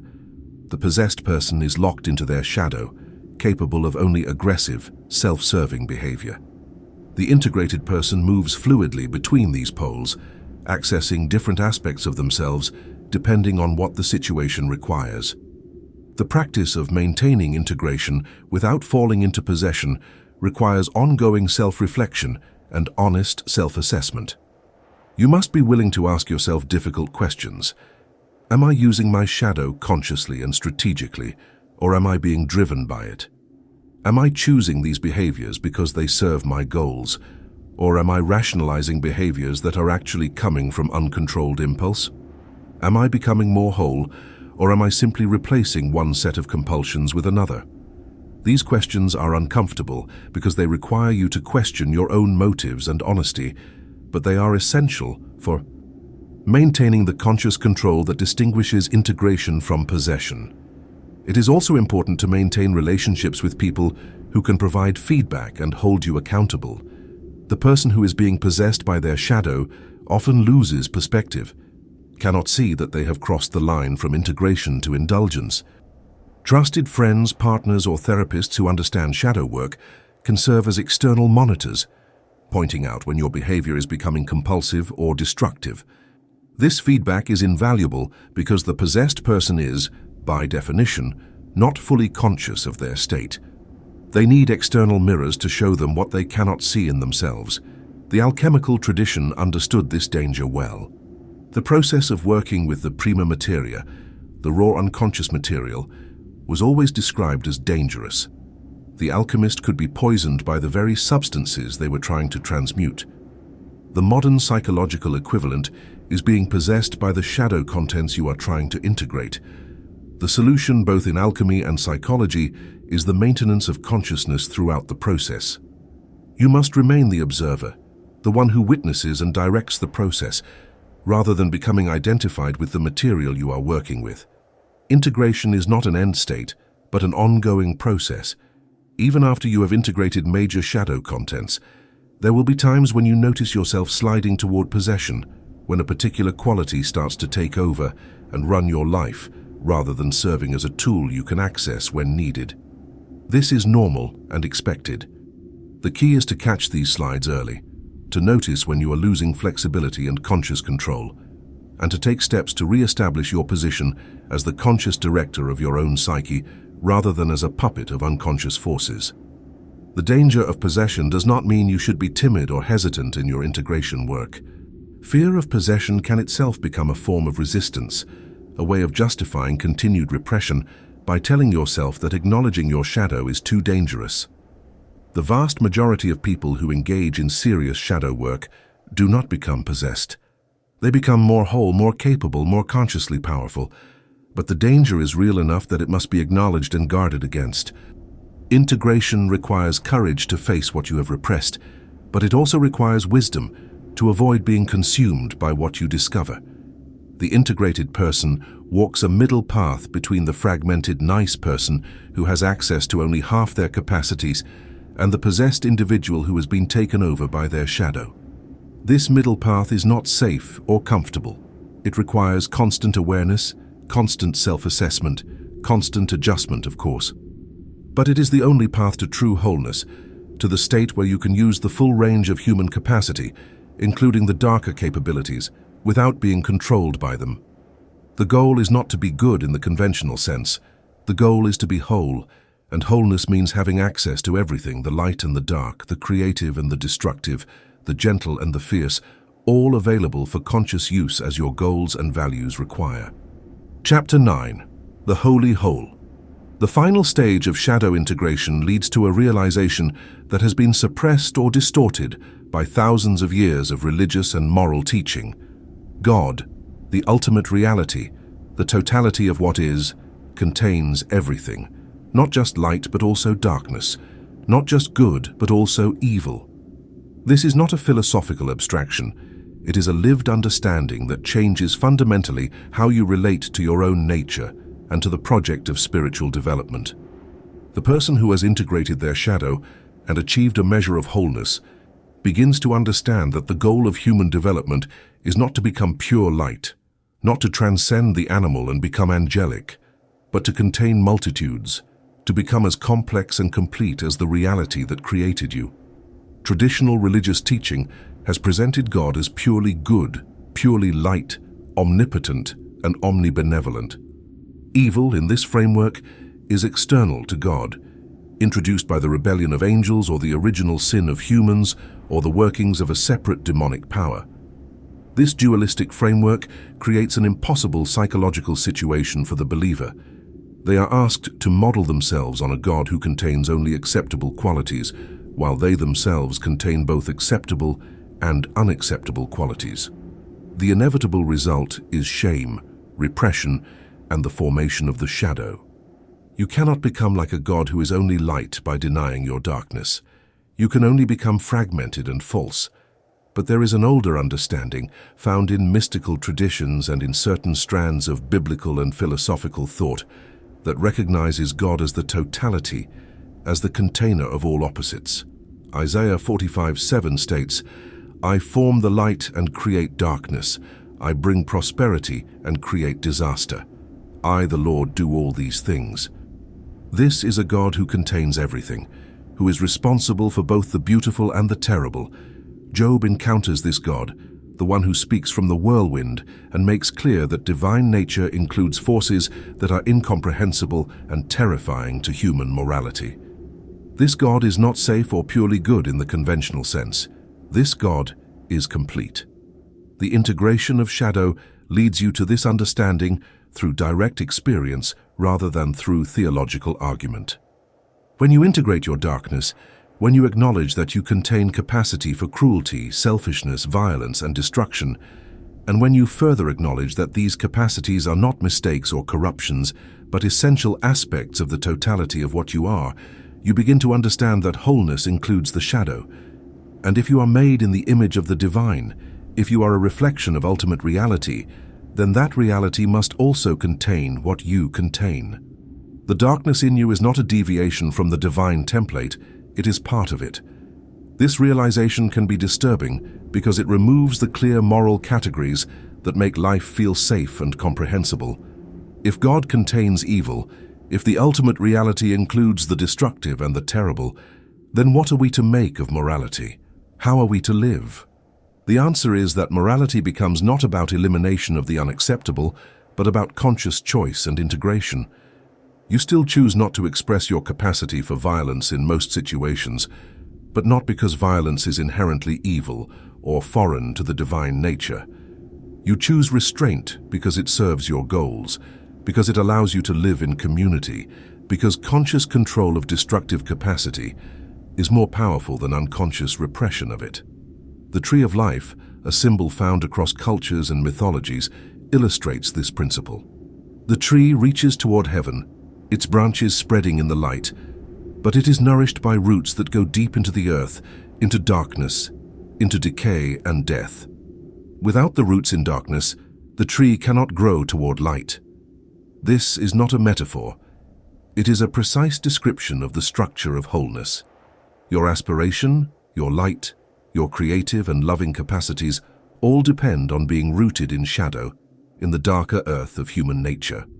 The person who tries to be only light, who tries to eliminate or transcend their darkness, is a tree without roots, and such a tree falls in the first strong wind. The concept of the holy whole also reframes spiritual development. Traditional paths often present spirituality as a process of purification, of becoming progressively more refined and less attached to the gross material and animal aspects of existence. The shadow-integrated path recognizes that this purification model produces fragmented, partially alive beings who have cut away essential aspects of their humanity in pursuit of an impossible ideal. True spiritual maturity is not transcendence of the human, it is the full embodiment of the human, which includes the shadow, the body, the desires, the full spectrum of capacity and experience. This understanding has profound implications for how you relate to your own darkness. You stop trying to eliminate it, stop treating it as the enemy, stop living in fear that if you acknowledge it, you will become evil. Instead, you bring it into consciousness, you examine it, you understand its functions and its origins, and you integrate it so that it serves your wholeness rather than undermining it. The parts of you that are capable of violence become your capacity for boundary defense and protection. The parts capable of manipulation become your strategic and social intelligence. The parts capable of selfishness become your ability to prioritize your own needs and goals. Nothing is wasted. Everything is transmuted into service of the whole. The holy whole also contains the body and sexuality, which have been denigrated by so many spiritual traditions as distractions or temptations pulling you away from the spirit. But the body is not separate from the divine. It is the form the divine has taken to experience this particular plane of existence. Your sexuality is not a base instinct to be transcended, but a sacred energy, a connection to the creative force that generates all life. The integration of shadow necessarily includes the integration of the body and its desires, the recognition that flesh and spirit are not enemies, but aspects of the same totality. Living from the holy whole means you stop performing for an imagined divine audience that judges you for having darkness. You stop trying to be a saint and accept the challenge of being a complete human. This is harder because wholeness includes contradictions that the saint never has to face. The saint can be purely good because they have exiled everything else. The whole person must contain good and evil, creation and destruction, love and hate, and must choose moment by moment which aspect to express based on what serves their values and goals. This is the burden of consciousness, of being fully human rather than a simplified caricature. The mystical traditions have always known this, though they often spoke in symbols and paradoxes that protected the teaching from those who would misuse it. The alchemical union of opposites, the coincidentia oppositorum, is the same principle. The integration of sun and moon, of king and queen, of sulfur and mercury, all describe the psychological process of bringing together what has been split, of achieving wholeness through the union of opposites. The goal of the great work is not to eliminate the lead, but to transmute it into gold. And the lead is the shadow, the rejected and repressed aspects of the psyche that contain the raw material for transformation. You cannot become godlike by imitating only the acceptable aspects of divinity. The power, the completeness, the terrible and awesome nature of the divine includes the darkness. The God who creates also destroys. The force that gives life also takes it. The energy that heals also wounds. To be whole, to be a mature reflection of the divine nature, you must contain this same complexity. You must be capable of both kindness and cruelty, of both creation and destruction, of both love and wrath. And you must be conscious enough to choose which face to show, which aspect to express, based not on rigid moral rules, but on what serves the wholeness of your being and the requirements of the situation you face. This teaching is dangerous, as all real spiritual teaching is dangerous, because it can be misunderstood and misused. The immature person might hear this and think it is permission to indulge every dark impulse, to harm without consequence, to become possessed by shadow and call it integration. This is why the work requires discernment, requires ongoing self-examination, requires the maintenance of consciousness that distinguishes integration from possession. The holy whole is not achieved through the acting out of every impulse, but through the conscious integration of all aspects of self into a functioning, coherent totality that can choose its expressions wisely. The person who has achieved a measure of this wholeness walks differently in the world. They carry weight, substance, a quality of presence that cannot be faked. They are not trying to be good. They are not performing virtue. They are not maintaining a persona that hides their shadow. They are simply present, fully, completely, with all their complexity available. And this presence is itself a kind of spiritual transmission because it shows others what is possible when you stop fragmenting yourself to meet others' expectations and start becoming actually whole. The final realization of the holy whole is that the distinction between sacred and profane, between spiritual and material, between holy and unholy, is itself part of the fragmentation that shadow work seeks to heal. Everything is sacred when you are whole because you recognize that all of it, the light and the dark, the beautiful and the terrible, the elevated and the base, is part of the one reality that contains all things. Your anger is as sacred as your love. Your desire for wealth is as holy as your desire for spiritual understanding. Your body is as divine as your mind. Your shadow is as much a part of God's image as your light. This does not mean all actions are equal or that there are no ethical considerations. It means that ethics become about conscious choice and consequences rather than about conforming to external rules designed to repress shadow material. You still choose moment by moment how to express the wholeness you have achieved. But you make these choices from fullness rather than from the poverty of fragmentation, from power rather than from fear, from consciousness rather than from unconscious compulsion or repression. The journey toward the holy whole is the work of a lifetime, and it is never fully complete. There are always new layers of shadow to integrate, always new ways in which you discover you have been fragmenting yourself, always new challenges that reveal aspects of yourself you had not yet acknowledged. But each step toward wholeness is a step toward the divine as it actually is, not as it has been presented by those who feared the dark. You are not here to become an angel. You are here to become a complete human, which is more difficult and more powerful than any angel could ever be, because you contain and must integrate the opposites that angels in their specialization as purely light beings never have to face. Epilogue. The mirror no longer shows a fragmented image. You have done the work. You have descended into the basement, confronted the beast, acknowledged what you have spent your life repressing. The monster was never a monster. It was your power in exile, your rejected capacities waiting for recognition and integration. You brought it upstairs, you made it an ally. And in doing so, you became more than you were, more than you ever could have been while living as half a person, while pretending that wholeness meant eliminating your darkness rather than embracing it. You are no longer the nice person, the one who smiled when they wanted to rage, who gave when they wanted to take, who submitted when they wanted to dominate. That version of you, the carefully constructed persona designed to be inoffensive and acceptable, has been revealed as the prison it always was. You walked out of that prison when you acknowledged your greed, your aggression, your arrogance, your lust, your capacity for cruelty and manipulation. These qualities, which you were taught to see as sins or flaws, are now tools in your arsenal, available when you need them, consciously wielded rather than unconsciously expressed in self-sabotage and projection. The world responds to your wholeness differently than it responded to your fragmentation. People sense, usually without being able to articulate why, that you are no longer someone who can be easily manipulated or dismissed. You command a form of respect that nice people never receive, because respect is not given to those who cannot inspire a measure of fear. You can inspire fear now because you have integrated your capacity for ruthlessness, for boundary defense, for the willingness to destroy what threatens you.